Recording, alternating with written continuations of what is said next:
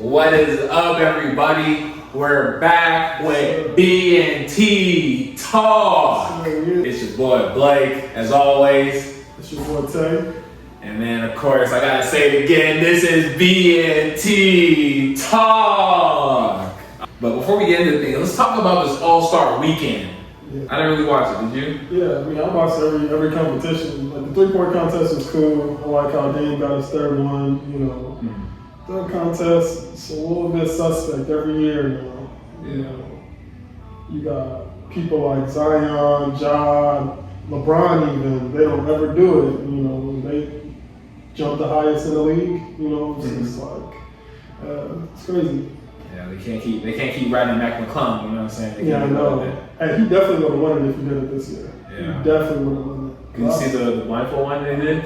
Bro, he had some cold ones. They're trying to blackball. They're doing him dirty. Well, he's the one that said he wasn't going to do it this time around. Well, yeah, because I heard that he said that if he did it, then other people weren't going to do it. So people were kind of scared. So he pulled out. I mean, that's what I heard, though. You know what I'm saying? I don't know.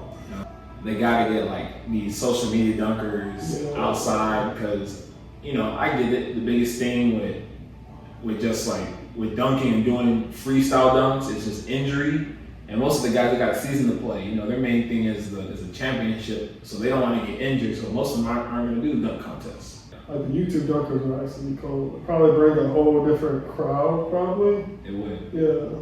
But it's crazy how they gave one of the dudes a good perfect score. But my guy Aaron Gordon, man, can't get a perfect score. Crazy. Yeah, Aaron Gordon did his thing too that year. That was probably one of the best dunk contests ever.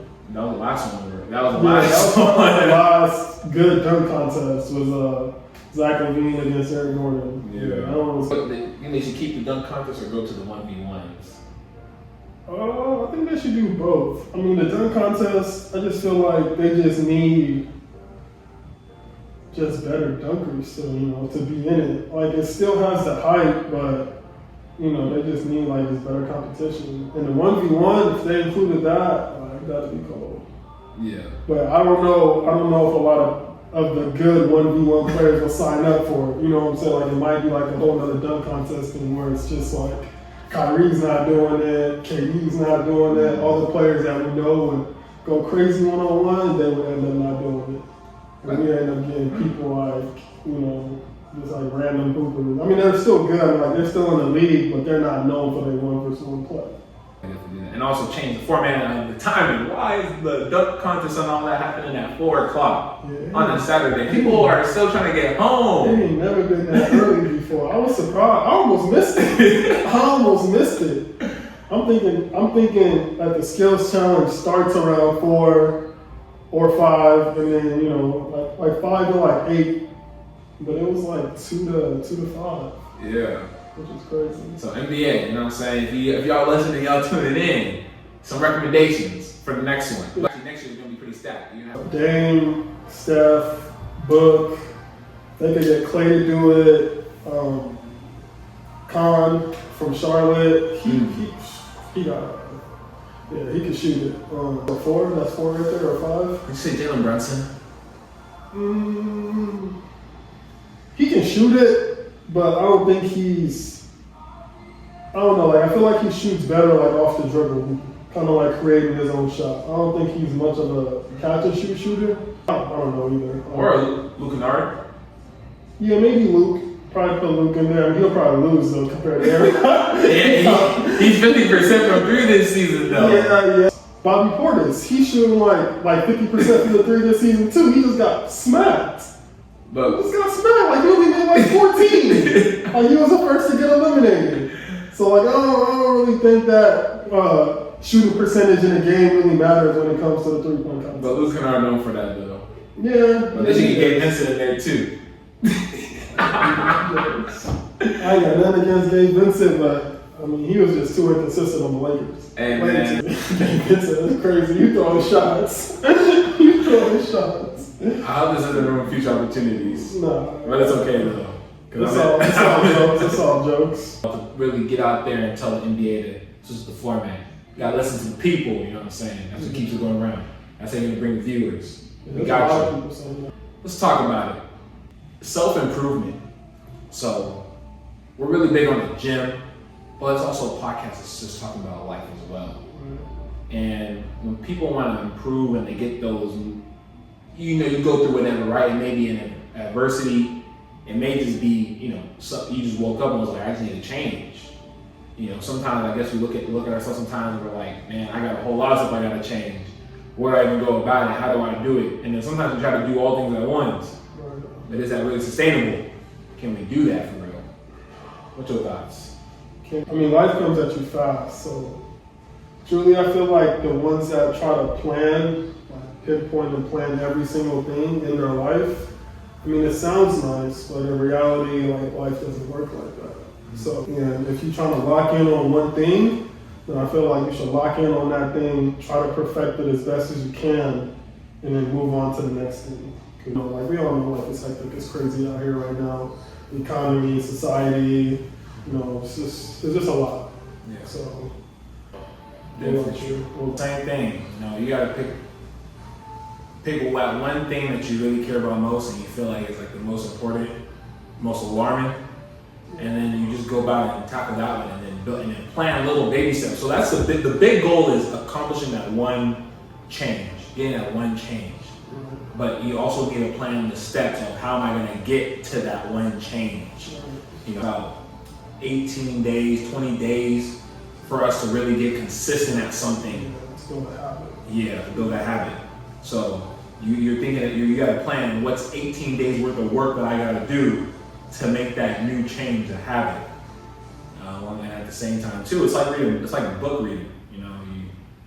If you read, you got a bunch of books you want to read and you try to read all of them at once, you're probably not going to get much value. You just got to sit to that one book, read all the way through, take in that value for that one book, then go on to the next. I was just telling this chick the other night, I started the same book that she was reading, but I never finished it, and I just jumped into the book that you gave me actually, and I'm like, I actually don't know why I didn't finish that. Probably because I just got a new one from you, so I'm like, all right, let me just start this. But now I'm just kind of like, damn, I should have finished the other one first, because I don't even remember what I really read about. Man, I should have just finished that and then jumped on the one that you gave me, so I'm gonna have to go back and finish the first one I started. Y'all heard it first. Yeah. Live example right there. Yeah, just like Nip said, it's a marathon. Keeps going. You gotta pace yourself. Take baby steps if you need to. As long as you keep moving, though, I feel like that's just always the biggest thing at the end of the day. You don't give up. You might slow down, but you just keep going. Never give up. Yeah. Always keep going. And then sometimes that green grass, you ain't gonna see it. And sometimes it's not on the other side. Sometimes it's right in front of you, you just don't see it yet. Because you didn't look down. You're too busy looking up. And I think that's one of the biggest things that I probably have to learn with the business, trying to juggle with school and everything. I'm just like, so basically I'm calling the physical therapy clinics or chiropractor offices or whatever is related to that fitness world. I'm calling them because I'm trying to build partnerships and referrals with them so that way I can help them with their patients so that when they get done with physical therapy or they get done with the chiropractic work, instead of a replacement, it's a complement to that. So I make sure that the patients are not returning back with further limitations. And at the same time, when that one patient is now one of my clients and they're progressing and they get the strength, now that's a better reflection of the actual clinic themselves, because instead of it just being, okay, we're done, have a good one, it's, I finished here, but I got to continue on until I felt safe enough and strong enough to just go out and do the things myself through the education. And that's a big component to it. That's how we keep the healthcare continuum kind of going around. And that's kind of what I do. I'm the middleman. Even though I'm a businessman, I'm also the middleman too in between. I gotta make those calls, and it's not always the easiest to do so. Sometimes I get some things that you would be like, it's kind of borderline disrespectful, but you don't lose your cool about it. And you just gotta know that you gotta roll with it sometimes and just keep going, keep calling. Sales is about. That's what running your own business is about. You hear a lot of no's, but once those yeses start coming in, it's a lot more satisfying because you're grinding for it. You know what I'm saying? Everybody's path is different too, so you gotta stick with it. it takes is that one yes. We're gonna hold And in. the wipes it all up in there. I don't know if it wipes it away. You know what I'm saying? Don't get carried away now. It still wasn't messing with you, but you know what I'm saying? Like, Hey, but they were messing with me, which told me they weren't. But I found the ones that were. Exactly. I mean, truly, like, nose builds character, it builds tough skin. And, like, this goes, you know, like, outside of business, too. Like, we can, you know, take this for, like, relationships. Like, if you're trying to talk to a girl, she's not, like, it all builds character at the end of the day. And sometimes rejection builds character. Like, it gives you that feeling that you don't want no more, so you just keep grinding and keep being hungry for the yeses. Yeah, that's how you gotta just take and live life, honestly. Man, like, I'm telling you, so I'm calling school. I'm not gonna name the school. El Camino Real, but I came to get a fundraiser going where it's like 30% of the proceeds back to them, and it was all gonna be donation based, but mainly a thing for like the students, faculty, and parents that have like a fitness day.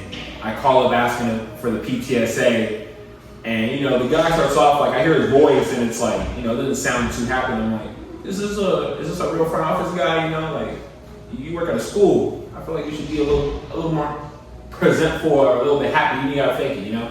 But it wasn't that way, and I just asked for PTSA. He's like, don't worry. I was like, yeah, I'll put you on right now. I wait like a minute. He cuts. I answer the phone. They're like, hello? I'm like, hello?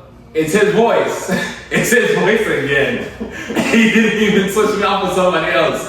He just left the phone, came back and said, hello? Nah, we good. He told me, nah, we good. Like, it's one thing if I heard like no, thank you. We don't really need your service this time. He said, nah, we good. And I was in shock. I was like, I hung up the phone. I was like, man, I should call back.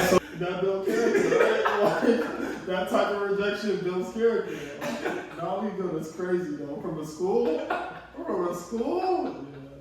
Honestly, you don't need them. When people show you that when people show you who they are at face value, take it. Yeah, that's not a partnership that you would even want at this point. You know what I'm saying? Because the respect wasn't there from the get go. So there's no going back from now. We good. How we feel about this one? Let us know down in the comments how we feeling with this. Talk about the All-Star Weekend. Talk about self-improvement. What's one thing that you want to improve on in the next 6 months? Yeah. Think about it now. Drop some down in the comments. Let us know. Yeah, let us know for sure. Yeah. If y'all have any questions for us too, any topics that y'all want us to touch, just let us know in the comments. Anything, and even if you're a student right now, and you want to ask like a question that's related to physical therapy or whatnot, or you want to know more about the profession because you're trying to search for your path or that career. Maybe you're thinking about something fitness, like personal trainer. Maybe you're thinking, okay, higher education, physical therapy, chiropractor, whatnot. Ask away, and we'll try our best to answer those questions. And don't worry, sometimes some of the stuff we don't have it. There's resources we have that we can't ask somebody, and then we'll answer your question based off of that. Right. We appreciate y'all for tuning in as always, and this is the one and only B&T Talk,